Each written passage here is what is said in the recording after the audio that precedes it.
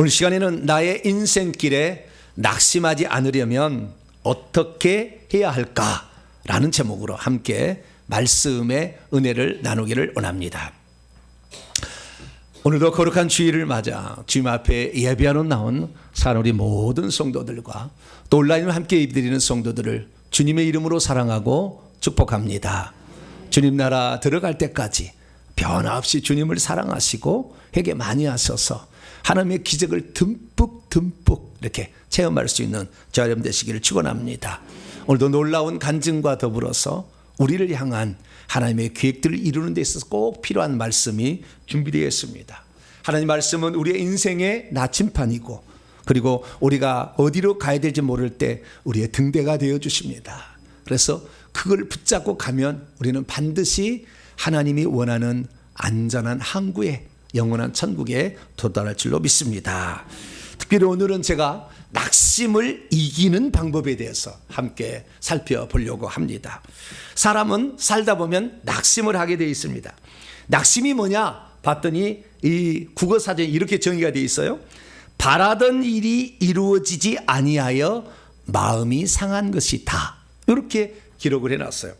그래서 이 낙심을 하게 되는데 바라던 소망하던 것이 이루어지지 않을 때 실망을 하는 거죠.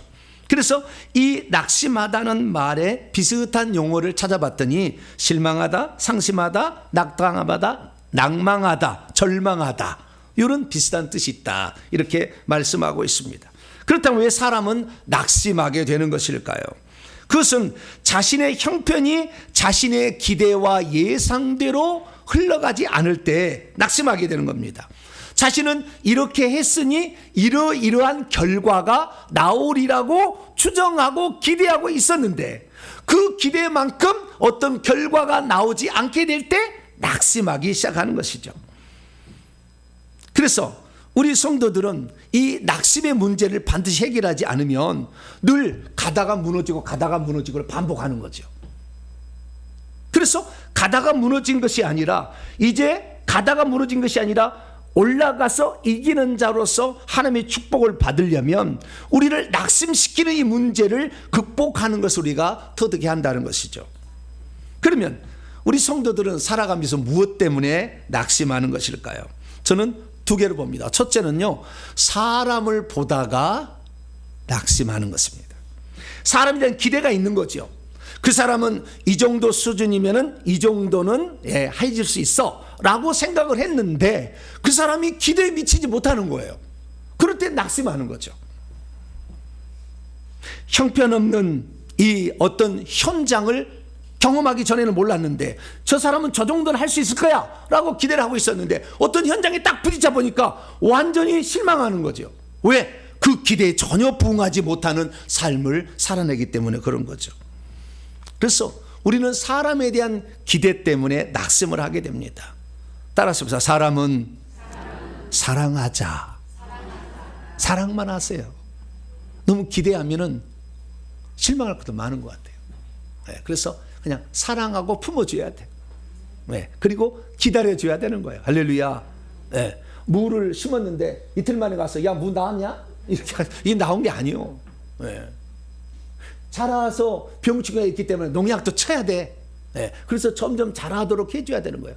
야, 너 어제 2cm 했는데 지금도 2cm냐? 이렇게 될 수밖에 그럴 수가 없어요. 시간이 지나야 되는 거. 비도 마셔야 되고 햇빛도 맞아야 되고 다 이렇게 해서 돌봄을 받아야 되는 거죠.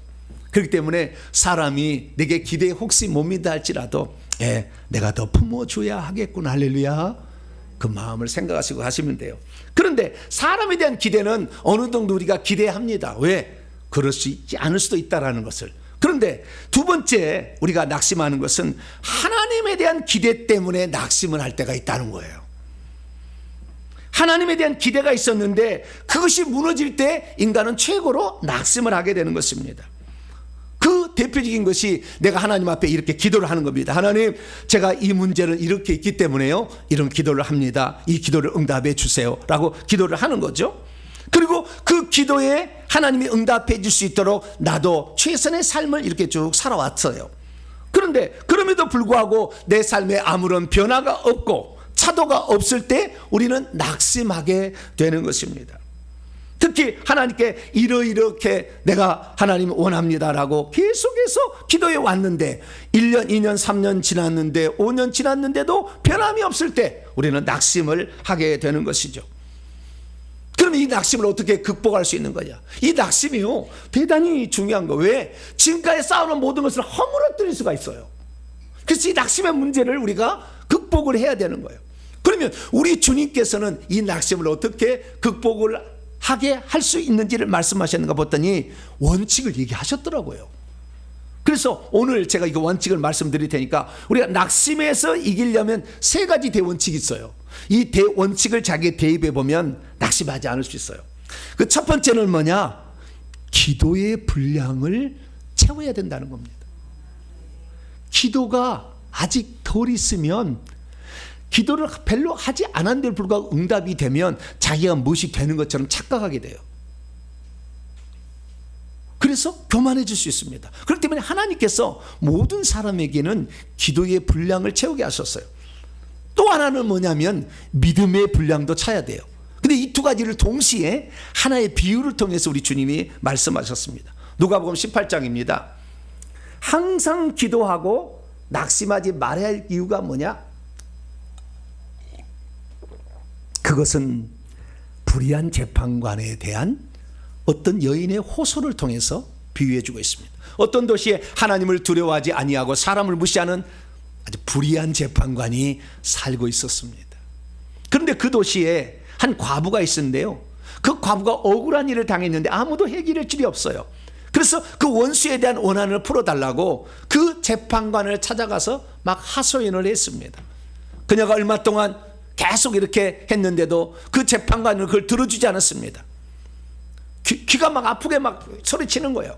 옛날에 이 왕이 있는데요, 왕에게 하소연하려면 그러잖아요. 꺼적대기 하나 그 왕 앞에, 그 집 앞에 딱 깔아놓고 비가 오나 눈이 나, 왕이시여 통촉하여 주소서. 약간 간신배기네 이거는 좀 말이. 예. 근데 진실로 그렇게 계속 하소연을 하는 거예요.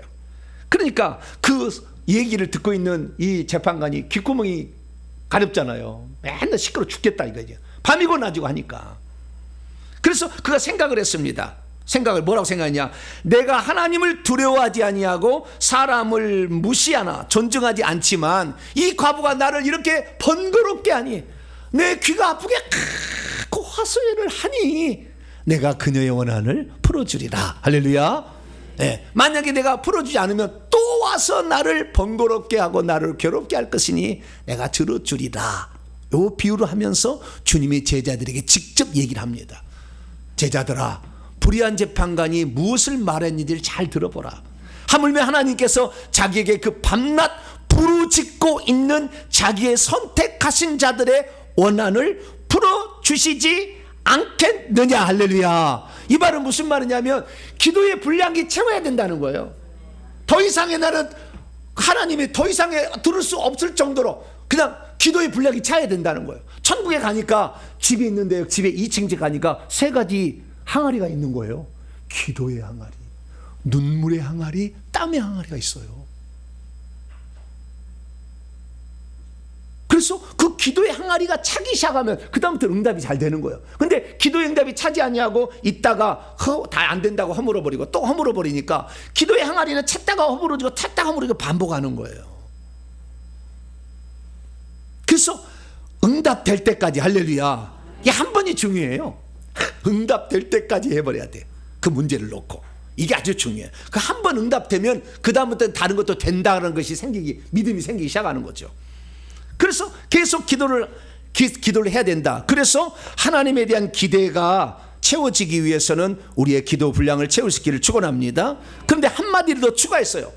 그런데 내가 너에게 말한다. 속히 그들의 원한, 그 부르짖는 자들의 원한을 풀어주실 것이다. 그러나 인자가 예수님이 이 세상에 올 때에 땅 위에서 믿음을 발견할 수 있겠느냐? 이건 뭐예요? 끝까지 주님은 나의 기도를 들으실 것이고 이걸 응답해 주신다는 믿음을 갖고 있을 자가 있을 것인가? 마지막 때가 될수록 그 믿음이 있는 자가 없을 것이다. 좀 기도해보고 안 들어주니까 에이, 하나님은 내 기도를 안 들어주시나가 봐. 이렇게 포기한다는 거예요. 여러분, 주님을 믿으려면은요, 주님을 믿으려면 끝까지 믿게 되길 축원합니다. 기도를 한번 시작했으면 반드시 응답된다. 이것을 믿어버리셔야 돼. 할렐루야. 그러려면은 주님이 어떻게 역사했는지 성경을 봐야 돼요. 아, 사르밧 과부가 어떻게 응답을 했을까? 아, 수넴 여인이 기도를 했더니 어떻게 응답을 했는 것인가 잘 살펴보는 거죠. 그래서 아하, 나도 저 여인이 가지고 있는 믿음, 백부장이 어떻게 해서 자기 하인을 고칠 수 있었는가, 왜 수로보인이 자기의 딸의 귀신을 쫓아낼 수 있었는가를 잘 보라는 거예요. 그래서 그 믿음을, 그 말씀을 읽어서 아, 나도 저런 믿음을 가져야 되겠다 해서 믿음의 분량을 기원하시길 축원합니다. 그래서 우리가 하나님이 우리에게 어떤 응답하기 위해 우리가 기도하는 모든 것들이 되어지려면 기도의 분량을 우선 채우시길 바라고요. 두 번째, 꼭 믿음의 분량까지 채울 수 있기를 축원합니다. 그래서 저는요, 부지런히 이것을 해왔어요. 나름대로. 그래서 교회를 개척을 했어요. 2007년에 개척을 했는데요, 나름대로 열심히 이렇게 했어요. 그런데 기도를 그렇게 가지고 이게 교회를 개척했더니요, 2007년 3월 4일 날 첫 예배를 드렸는데 2007년 7월이 되니까 약 3개월이 지났거든요. 성전도 없었어요. 그때는 아직 중고금속 안 떨어질 때입니다, 상가가. 그래서 아파트만 들어갈 때니까 아파트를 얻어서 거기에서 예배를 드렸는데 3개월이 지나니까 40명이 온 거예요. 거실에, 일반 집에 40명이 온 거예요. 그리고 처음에는 이게 앉아 있는데요, 앉아 있는 것보다는 의자가 있어야 더 많이 들어간다는 걸 나중에 알게 됐어요. 그래서 의자를 들여왔어요. 그랬더니 앉히니까 40명까지 들어가더라고. 처음에 복잡해서 안 됐어요. 네. 그래서 40명도 도저히 더 이상 이럴 수 없어서, 그래서 교회 집사님이 상가라도 얻읍시다. 그래서 여기를 얻어준 거예요. 그래서 1년이 딱 지나니까 120명이 된 거예요. 그래서 더 이상 찰 데가 없어. 더 이상 앉을 데가 없어. 그래서 이제 교회를 밖으로 내서 이제는 여기 상가는 얻어준 거니까, 남이 얻어준 거니까 교회를 해서 나가야 되겠다. 그리고 가지고 교회를 얻기 위해서 알아봤는데 어떤 분이 자기가 땅을 주고 거기다가 하라고 얘기를 했는데 준다겠다가 안 준다, 5번을 번복을 했어요. 그래도 못 나갔어요, 결국에. 그래 가지고 여기가 지금 43평인데 7평수요. 분양평수는 80평인데 153평짜리로 실평수 밑으로 내려갔어요. 그런데 그때부터요, 성도가 줄어들기 시작하는 거예요. 그래가지고 절반으로 쑥 줄었어요. 2년이 지나니까. 깜짝 놀랐어요. 그래서 그때부터 제가 이렇게 광대뼈가 나왔잖아요. 그때부터 그 전까지 내가 복실복실 했어요. 얼마나 근심을 했던지. 광대뼈가 튀어나와 버렸어 그냥. 지금까지 아직 이게 부풀지가 않아요.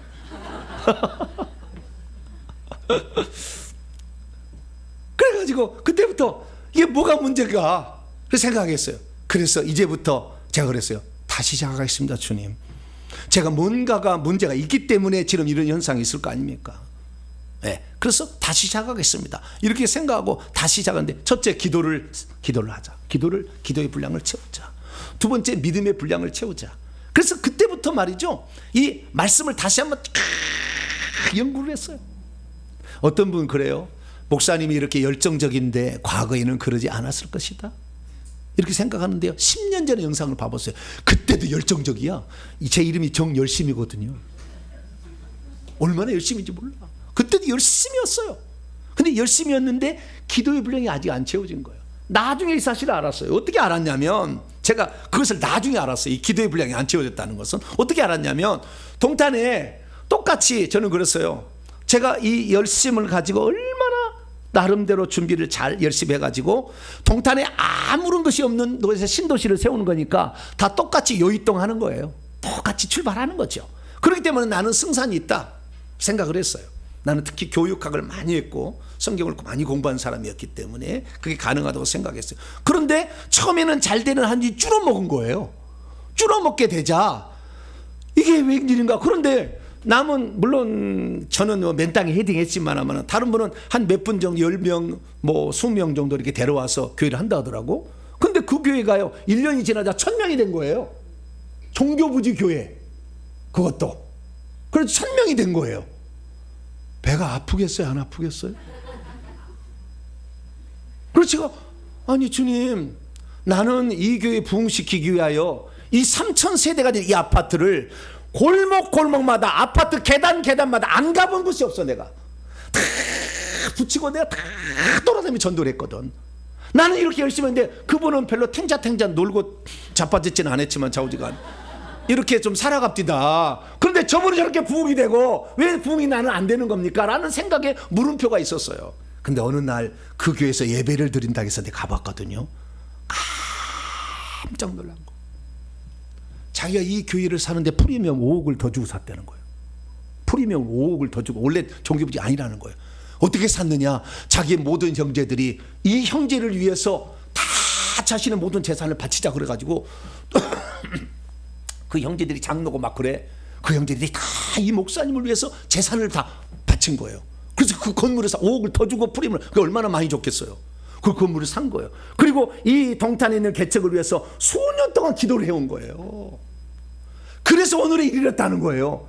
근데 나는 초등학교 나오는 부모님에다가 교회도 안 다닌 부모였잖아. 내가 전도해서 교회 나가는데 얼마나 저를 위해서 기도한 것이 얼마나 있었겠어요. 다행히 우리 장모님이 얼마나 기도를 해버렸던지, 장모님은 우리 집사람은 3대째고 장모님은 전도사님이에요. 기도를 해버렸던지 초기에는 붕이 확 된 거예요. 왜? 그 기도가 확 왔잖아요. 근데 장기전이잖아. 이게 기도가 쭉 쌓여 있어야 되잖아요. 저희 부족한 기도가 그때부터 그래서 제가 기도를 쌓아야 되는구나. 그때부터 기도를 쌓기 시작했어요. 그래서 그 다음부터 말씀에 대해서 내가 체계적으로 다시 본다 이렇게 생각해서 말씀을 공부하기 시작했죠. 그래서 말씀을 공부하는데 2013년이 됐어요. 그때 하나님께서 너에게 모르는 것이 하나 있다. 이걸 너가 배워야 된다. 그리고 저한테 깨워주셨어요. 그 2013년이에요. 그게 뭐냐면 회개라는 것이었어요. 회개가 없이는 모든 것이 안 된다는 거예요. 그래서 그때부터 회개를 시작했어요. 성경에 보니까 예수님도 회개하라 천국이 가까운다 했지만 사도 바울이 뭐라고 했느냐? 너희가 회개하라. 그리고 너희가 돌이키라. 그래서 너희의 죄들의 없이함을 받게 되면 귀신이 떠나가게 되니 그러면 유쾌하게 되는 날이 주 앞으로부터 다다를 것이다 라는 이걸 회개를 가르쳐 준 거예요. 그래서 2013년부터 회개를 시작해서 7년을 변함없이 회개에 대해서 외치고, 회개가 뭔지 성경에 나도 잘 모르니까 그래서 창세기부터 요한계시록까지 회개에 대해서 그 말씀을 찾아보고 사례를 연구하고 말씀을 전해서 낸 책이 2017년에 저 낸 책이에요. 그게 바로 회개와 천국복음이라는 거예요. 2013년부터 시작이 한 거예요. 그러나 13년부터 본격적으로 시작이 되어가지고 그래서 7년 동안 했던 것을 그래서 책으로 낸 거예요. 그런데 2020년이 됐어요. 2020년인데 주님께서 제가 한 교회 성도를 돕기 위해서 영적 세계를 알려고 시작했을 때 주님이 전혀 그동안 알지 못했던 세계를 알려주기 시작했어요. 그것은 우리가 하나님께 많은 복을 받고 싶어도 악한 영이 있어서 밀어버린다는 거예요. 그것을. 그렇기 때문에 이 악한 영을 뽑아내지 않은 한 하나님은 복을 주시고 싶고 응답을 해서 우리의 응답을 천사가 가져온다 할지라도 그것이 부딪혀서 떨어진다는 거예요. 그래서 우리 속에 있는 이 영들을 뽑아내야만이 복이 들어온다는 것을 알게 해준 거예요. 그래가지고 제가 그동안에 성도들이 있는데 성도들을 저는 한 번도 지금까지도 그렇습니다. 교회 개척에 19년째 제가 하고 있는데요. 아무도 나가라고 한 일이 없어요. 아무도 나가라고 한 일이 없어요. 그런데 밀어내는 영이 있는 거예요. 밀어내는 영이.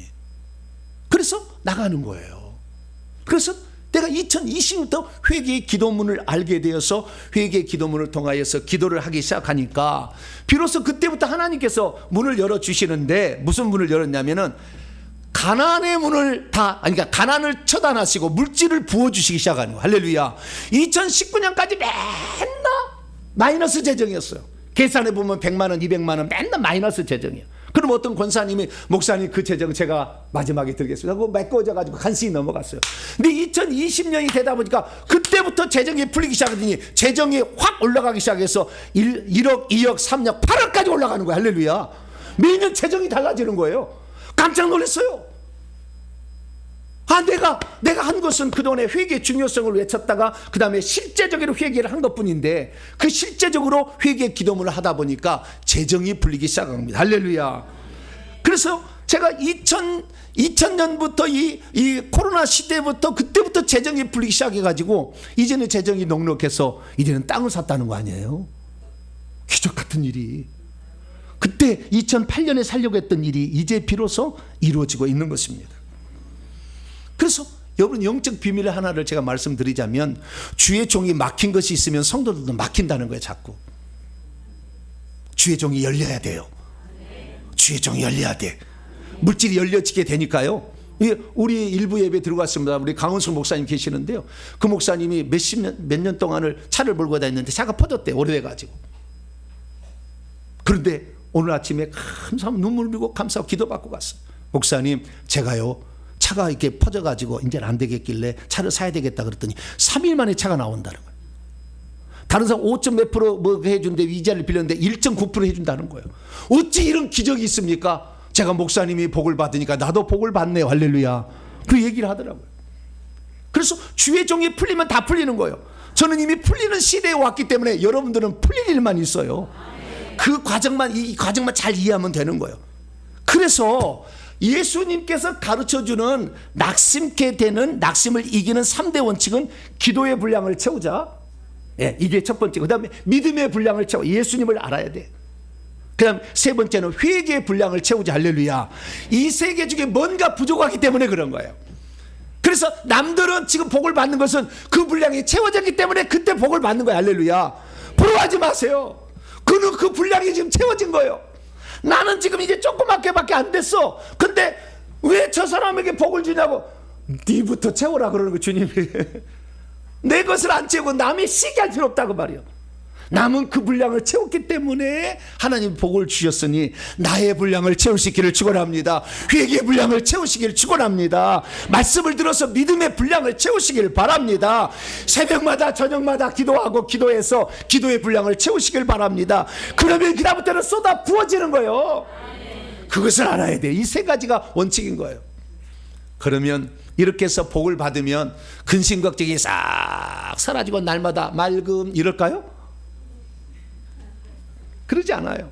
사도 바울의 경우를 봤더니 사도 바울이 그가 얼마나 신앙이 좋았습니까? 기도를 얼마나 많이 했겠어요. 왜? 그는 대대의 자자손손 하나님을 믿는 신앙인이었고 길리기아 다소성에서 거기서 태어났지만 하나님을 잘 믿는 사람이어서 자기 아버지가 출세시키려고 어렸을 때 예루살렘에 유학을 보냈어요. 자기 누나가 예루살렘에 시집을 가가지고 누나의 도움을 좀 어렸을 때는 톡톡히 많이 받습니다. 그래서 자라면서 가말리엘이라는 세계 최고의 석학한테 가서 공부를 해가지고 성경을 쫙 꿰었다는 거 아니에요. 성경을 다 도통했다는 거 아닙니까? 단지 방향만 틀렸어요. 유대교에 남아있었죠. 하나님이 육신을 입고 올 줄은 상상을 못한 거예요. 근데 그것을 죽었다고 분명히 없어진 사람이 다메섹 도상에 주님이 나타남으로 말하면 깜짝 놀란 거예요. 아, 이분은 사람이 아니었구나. 하나님의 사람 되오신 분인 걸 알아버린 거예요. 그날에. 그래서 그때부터 모든 것을 다시 새롭게 합니다. 내가 잘못 가르쳤고 잘못 배웠구나. 성경에 보니까 이는 한 아들이 우리에게 낳고 한 아기를 우리에게 주신 바 되었는데 그의 어깨는 정사와 권사를 메고 그의 이름은 기묘자라 모사라 전능하신 하나님이라 영존하시는 아버지라 평강의 왕이라 할 것이라. 이사야 9장 6절에 아기와 아들로 오시는 분이 전능하신 하나님이시구나. 할렐루야. 그걸 율법을 통해 다시 한번 공부를 해가지고 그때 눈에 보이는 거예요. 그래서 그 양반이 그동안에 기도해온 거에다가 이제 말씀을 새롭게 정리하고, 그리고 아나니아가 와가지고 자기가 다메섹에 들어가 있을 때 안수를 따가니까 눈에서 뱀이 나간 거예요. 뱀 비늘이 떨어졌다 하잖아. 뱀이 막 여러분 눈에 엄청 많아요. 제가 안수하면 눈에 엄청 나갑니다. 이 막 뱀이 나간 거예요. 그래서 회개를 하니까 3일 금식했잖아요. 회개하면서 하니까 악한 영들이 쫙 나가준 거죠. 그러면은 탄탄대로여 평강의 길이 그에게 있을 줄 알았는데 그렇지 않아요.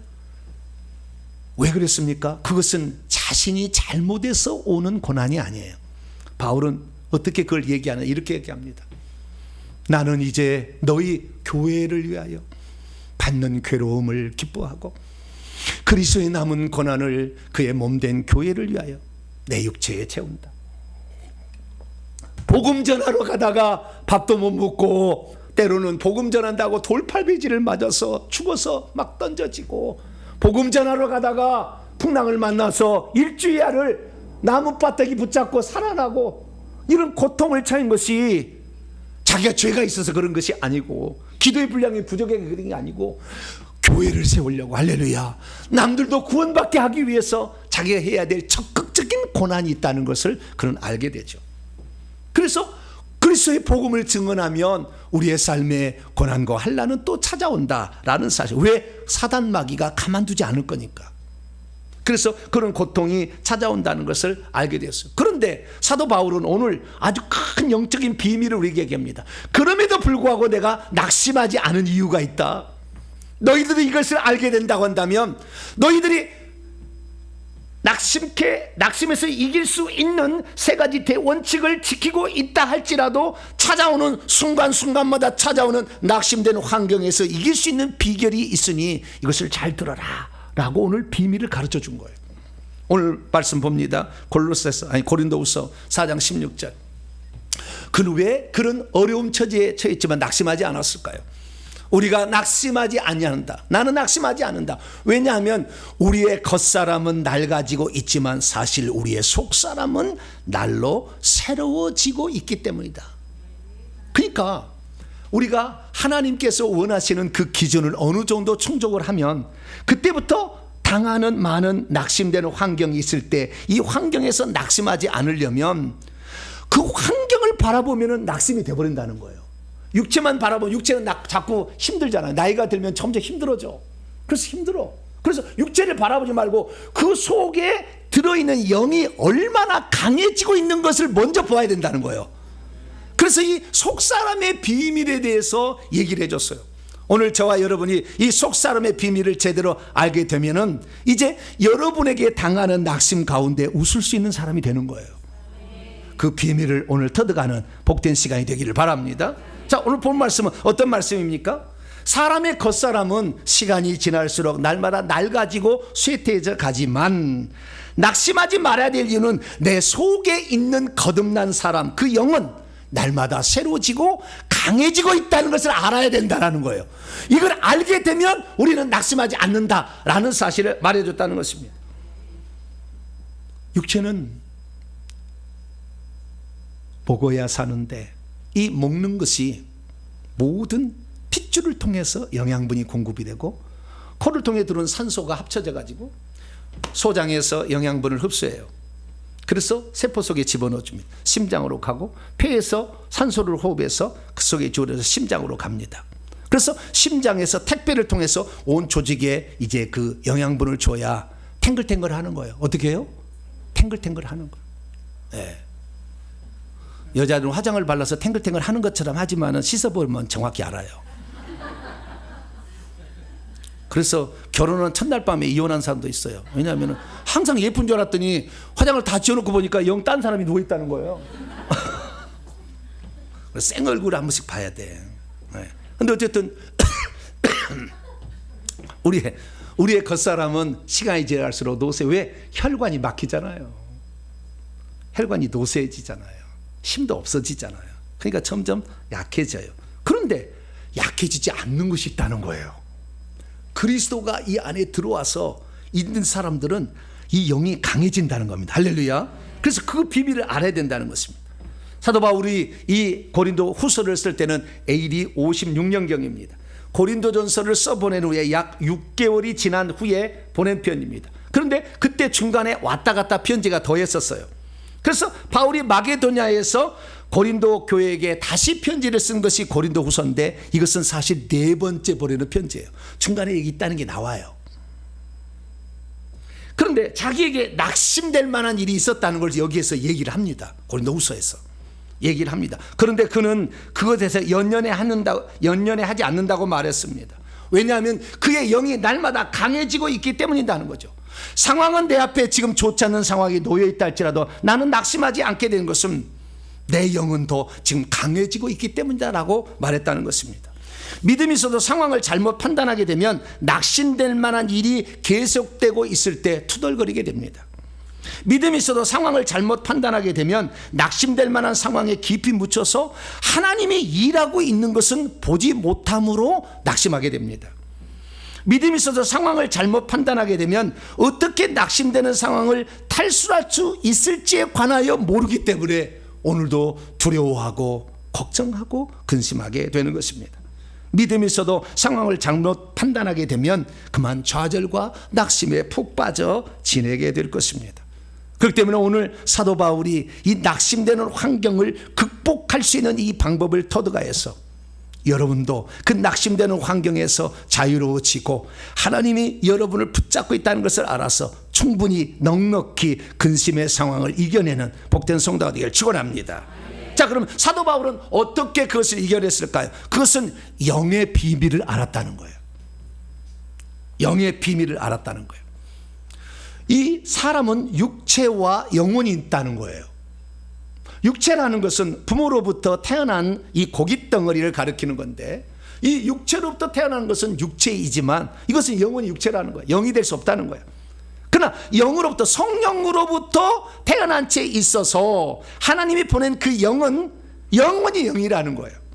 그래서 육체를 바라보면 육체는 계속해서 타락하고 쇠약하고 망가지겠지만 영은 그렇지 않는다는 것을 볼 수 있는 눈을 가져야 된다는 거예요. 그래서 사도 바울은 그 영의 비밀을 우리에게 알려준 거예요. 그 영의 비밀을 비유적으로 표현했는데요, 오늘 본 말씀 얘기하고 있습니다. 그러므로 우리가 낙심하지 아니하는 것은 왜 그러느냐? 우리의 겉사람은 육체입니다. 육체가 낡아지지만 우리의 속사람 영은 날로 그리고 날로, 헤메라 앤드 헤메라예요. 데이 앤드 데이요. 날마다 더 새로워지고 있다는 것을 볼 수 있어야 된다. 할렐루야. 그렇게 얘기를 했다는 거예요. 그래서 이 영의 비밀을 알아야 된다는 거예요. 왜? 내 영 속에 주님이 계셔요. 좀 이따 보면은. 그래서 영의 비밀을 알아야 된다는 거예요. 자, 그러면 사도 바울이 왜 낙심해서 이 편지를 다시 보냈었느냐 이거예요. 그것은 사도 바울이요, 고린도 교회를 너무나 많이 사랑했었어요. 사도 바울이 가장 사랑했던 교회는 에베소 교회입니다. 무려 3년 동안 눈물로 훈계했어요. 그런데 그보다 약간 떨어지지만 두 번째로 사랑한 교회가 있으니 고린도 교회예요. 그래서 고린도 교회는 1년 6개월 동안 머물러 있으면서 그들을 양육을 했어요. 애지중지했어요. 그런데 바울이 이제 떠났어요. 왜? 다른 교회를 또 개척해야 되니까 떠났어요. 그런데 고린도 교회가 어떻게 했냐면은, 고린도 교회가 이 섬에 무역 이렇게 막 오다 보니까 여러 사람들이 왔지 않습니까? 그래서 이 많은 사람들이 왔는데 이 바울이 전한 복음 위에 다른 복음을 가지고 온 사람, 할례파가 막 왔어요. 베드로파가 막 왔어요. 여기에 할례를 받아야 된다. 베드로의 가르침을 받아야 된다. 왜냐하면 바울은 예수님이 육신이 있을 때 부른 사도가 아니라, 그걸 알 수가 없으니까 그건 사도가 아니다. 그래서 이 사도 바울의 사도성을 문제 삼는 사람들이 오기 시작한 거예요, 교회에. 그러니까 그 말을 들었을 때 사도 바울이 얼마나 마음이 아프겠어요. 직접 주님이 찾아왔잖아. 부활하신 주님이. 사도행전 9장에 보니까. 그래서 사도행전 고린도서 9장에 얘기하는 거예요. 내가 주를 보지 못한 줄 아느냐? 내가 사도보다 부족한 것이 뭐가 있느냐? 이렇게 쓰면서 고린도후서를 쓰게 돼요. 그러면서 그들이 이 주의 종에 대해서 엄청난 흠을 내는 것에 대해서 마음이 아파가지고 편지를 다시 보냈어요. 그랬더니 회개를 했다는 얘기를 듣고 또 감사했는데 또 문제가 생기자 또 편지를 보냈어요. 그 편지를 보냈을 때 가지고 간 사람이 디도라는 사람이에요. 근데 디도가 그 편지를, 세 번째 편지를 가지고 가서 오기로 된 날짜에 오지 않은 거예요. 그래서 마음이 많이 힘들었어요. 그래서 고린도후서 2장 13절에 내 형제가 디도를 내가 그렇게 이 드로아에서 만나기로 했는데 드로아에서 그렇게 찾아봤지만 발견하지 못해서 내 심령이 편치 않다. 그렇게 이 사도 바울이 이 얘기를 합니다. 그런데 그가 낙심하지 않는 이유가 있다는 거예요. 복음을 전하다 보니까 모든 것이 나를 막 우겨싸서 나를 막 올가매더라는 거예요. 그러나 나는 우겨쌈을 받지 않기 때문에 낙심하지 않는다. 답답한 일을 당한다 할지라도 나는 낙심하지 않는다. 박해에 방치되어 있다 할지라도 나는 거꾸러뜨림을 당하지 않은 것은 내가 놀라운 영적 비밀을 알고 있기 때문이다라는 거예요. 그것은 뭐냐면 내가 육체적으로는 이렇게 많은 고통이 내게 온다 할지라도 내 영은 더 강해지고 있기 때문에, 그래서 나는 감사한다. 그래서 이길 수 있는, 우리 사방에 예수 그리스도를 믿고 있어도 또 닥치는 많은 근심 걱정을 이길 수 있는 방법을 제시했어요. 그건 첫 번째 이게 아주 중요한 겁니다. 근심될 일, 낙심될 일이 있으면 첫째, 내 영 안으로 돌이키기를 축원합니다. 이게 첫 번째예요. 내 영 안으로 돌이키는 거예요.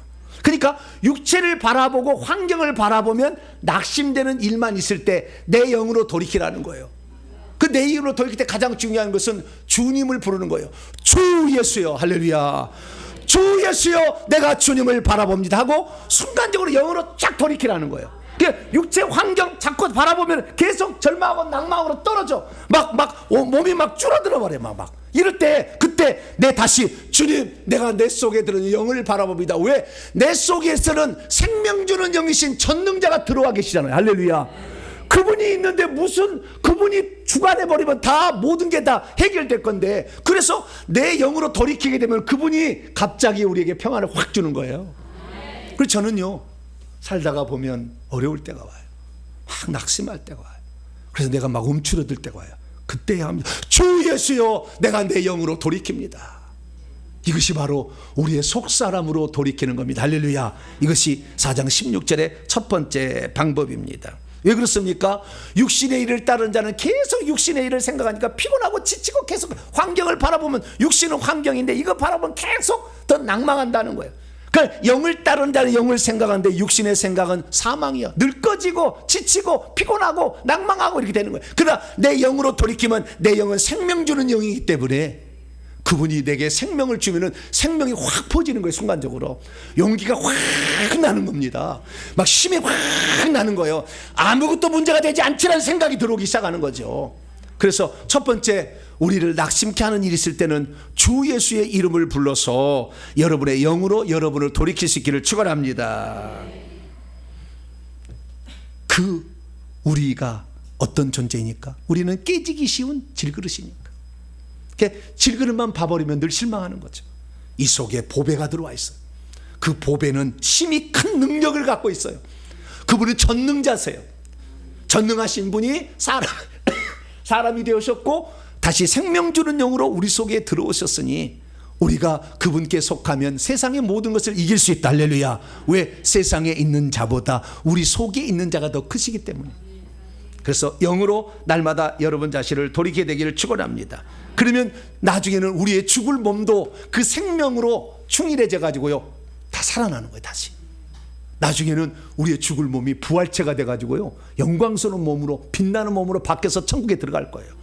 그러니까 육체만 늘 바라보지 말고 영을 바라보고 영으로 돌이킴으로 말미암아 내 영 속에 계시는 전능자신 주님을 바라볼 수 있기를 축원합니다.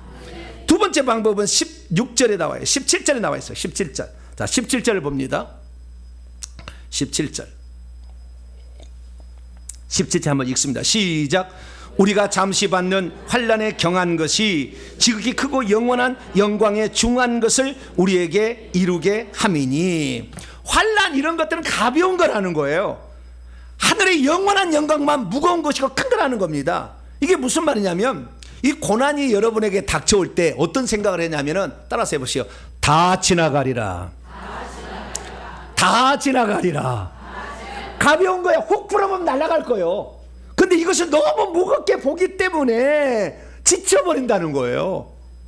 우리 주님께서 우리와 함께 계시잖아요. 그러면 주님이 한번 불어버리면 날아가지 않을 것이 어디 있어요. 그래서 내 속에 영에 계신 그 주님께로 내가 먼저 돌이킨 다음에 어떠한 환난과 어려움이 없다 할지라도 다 지나갈 것이지 이것이 나를 어갈 수 없다고 믿으시길 바랍니다. 다 지나가리라. 주 예수여 부른 다음에 다 지나가리라 이렇게 생각하는 거예요. 할렐루야. 그러면 어느 날 싹 지나가는 거예요. 여러분, 이 예수님이 제자들과 함께 배를 타고 갔는데 풍랑이 일어났을까요? 안 일어났을까요? 예수님이 타고 가도 일어난다니까. 그럼 베드로가 내가 30년 뼈가 굵었는데 이 바다 같은 거 내가 이길 수 있어. 바다 이길 수 있어. 그런다고 해서 풍랑이 잔잔해질까요? 안 되죠. 근데 배 안에는 누가 있어요? 예수님이 계시잖아. 만물의 창조주.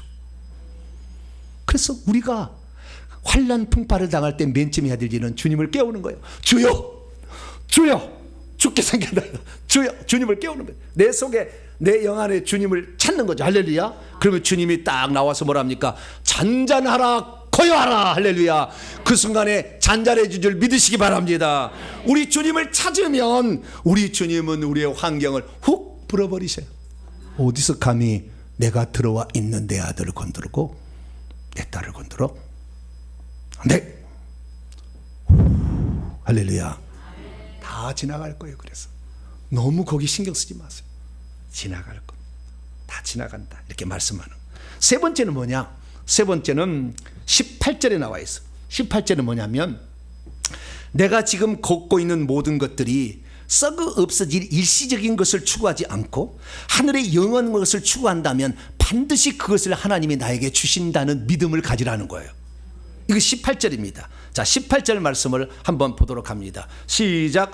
우리가 주목하는 것들은 보이는 것이 아니요 오히려 보이지 않는 것들이니, 왜냐하면 보이는 것들은 잠깐 일시적이요 그런데 보이지 않는 것들은 영원하기 때문이다. 이렇게 얘기하고 있다는 거예요.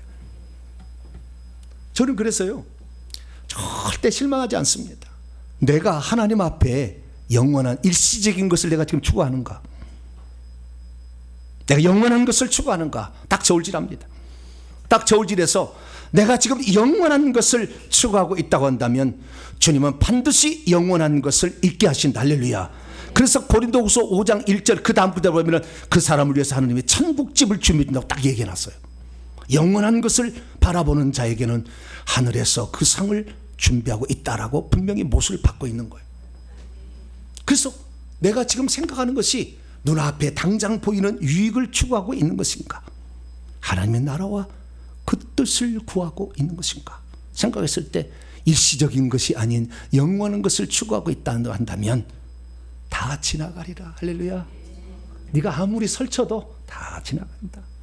너는 물거품과 같은 것, 환경 너는 물거품과 같은 것, 나를 괴롭히는 낙심되는 환경 넌 아무것도 아니야 생각하고 딱 들었을 때 주님께서 나에게 그때 가장 강한 평강을 우리에게 허락하심으로, 그래서 우리의 환경과 초월되신 그 주님의 능력으로 우리가 마음의 평강을 누리게 되는 것입니다. 그래서 주님 말씀하십니다. 너희들이 사는 세상에 반드시 풍랑은 있을 것이다. 그러나 나를 깨워라. 그러면 내가 바다들어 말할 것이다. 잠잠하거라, 고요하라. 할렐루야. 그러면 바람이 그치고 잔잔하게 될 것이다. 내가 밖에 있었어도 그랬는데 내가 이제 생명 주는 영으로 너희 속에 들어와 있는데 왜 너는 울고 있느냐? 왜 너는 근심하고 있느냐? 나를 찾으라. 주 예수여 이름을 부르시길 축원합니다. 환경이 어려울 때 낙심하지 마세요. 환경 바람을 계속 꺼져. 아이고 안 되겠네. 안 되겠네. 다 이렇게 돼. 그러나 우리 주님을 바라보셔야 돼. 우리 주님은 전능자세요. 만물의 만왕의 왕이었어요. 예수님이 그랬어요. 나는 처음이요 마지막이요 나는 살아있는 자, 죽었다 살아났다. 나는 스스로 있는 자고 나는 사망과 음부의 열쇠를 가지고 있다.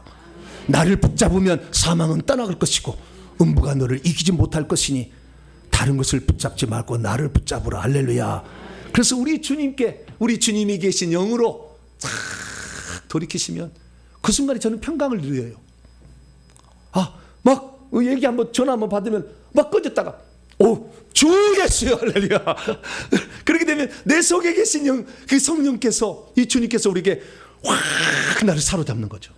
그러면 막 손에 막 불이 막 나와, 가슴이 막 뜨거워져. 뜨거워져. 그리고 시간이 지나보면 어느새 지나갔어. 할렐루야. 또 지나간 거예요. 아이고 세상에 아무것도 아닌 것을 내가 걱정했구나. 이 생각을 들 때가 많아. 왜? 지나간다. 이게 지나간다. 다 지나가리라. 다 지나가고 영원한 것만 우리의 눈앞에 남아있으니 저 여러분들은 이 낙심케 되는 세 가지, 낙심을 이길 수 있는 세 가지 방법, 기도의 분량을 채우시고 믿음의 분량을 채우시고 회개의 분량을 채우시길 바랍니다. 그래서 때를 기다리면서 계속 와신상도가 기다려야 되는 거죠. 다윗이 15살에 이 왕의 안수를 기름 부음을 받았지만 왕이 되기까지 다시 15년이라는 세월이 필요했어요. 그냥 바로 된 게 아니에요. 분량을 채워야 돼. 할렐루야. 훈련의 분량이 필요한 거죠. 분량을 채우면서 그래서 때가 되면 하나님께 복을 주시는데 복을 주었다 해서 사단에게 그냥 내버려둔 게 아니에요. 그리스도의 몸된 교회를 위해서 뭔가 하려고 하면 또 어려움이 있어. 그때는 영안으로 쫙 돌이키고 다 지나가리라. 배 위에서 주님이 일어서서 잠잠하라 고요하라는 것을 상상을 하세요. 주님은 내 앞에 모든 문제를 다 해결해 주시겠구나. 그래서 영원한 우리의 항구 천국까지 나를 인도해 주시겠구나. 할렐루야. 그래서 영원한 것을 향하여 오늘도 부지런히 달려가면 여러분의 삶에도 놀라운 기적이 함께할 줄로 믿습니다. 거룩하신 하나님 감사합니다. 우리가 너무 환경에 매여서 낙심하고 하나님의 때가 되지도 않았는데 너무 일찍 고구마가 끝나고 막 찔러보고 안 익었다고 막 불평하고 더 불을 떼야 되는데 우리가 몰랐습니다. 더 기다리며 하나님의 때를 기다리고 하나님이 원하는 분량을 채워나가게 도와주시옵고 그래서 하나님의 은혜가 온다 할지라도 또 악한 영이 덤빌 때 영안으로 돌이키는 우리 자신 되어서 주님이 풍랑을 잔잔케 하시고 다 풀어버리시는 그 놀라운 은혜를 날마다 체험하며 살아가도록 도와주시옵소서.